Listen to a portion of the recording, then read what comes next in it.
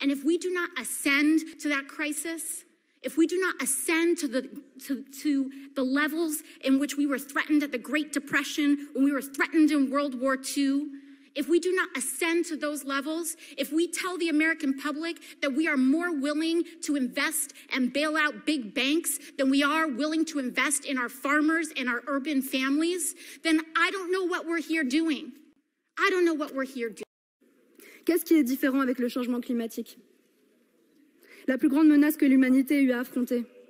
Pour reprendre vos mots, pourquoi ne sommes-nous pas déjà en guerre contre le changement climatique? Je pense avoir une réponse.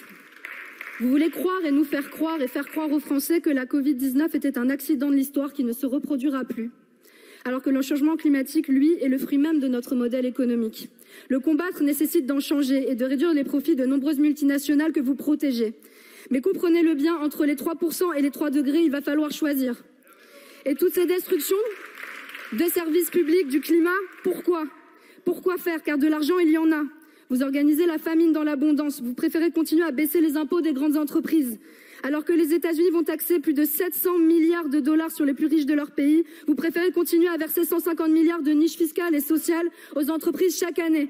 Vous préférez continuer de laisser filer 80 milliards d'euros d'évasion fiscale chaque année. Vous refusez de taxer les super profits des multinationales alors que toute l'Europe s'apprête à le faire. Et on vient d'apprendre que l'INSEE nous apprend que vous avez également laissé filer 25 milliards de fraude à la TVA cette année. Mais on marche sur la tête ou quoi? Un gouvernement qui n'est pas capable de lutter contre la fraude à la TVA n'a aucune leçon de rigueur budgétaire à donner dans cet hémicycle à qui que ce soit. Et ce n'est pas fini, parce que personne ne semble vouloir parler de l'éléphant dans la pièce, qui est le changement climatique. La France brûle du sud au nord, 80 départements sont en restriction d'eau, les agriculteurs ont essuyé d'énormes pertes, la moitié de nos réacteurs nucléaires sont à l'arrêt, le coût de l'énergie a explosé.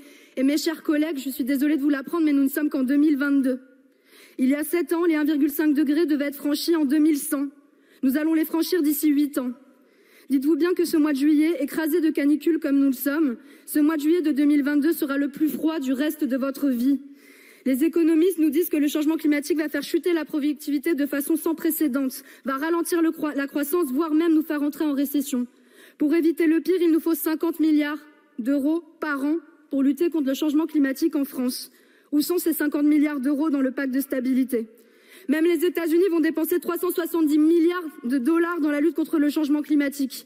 Où est la France des Lumières à l'heure des coupures d'électricité?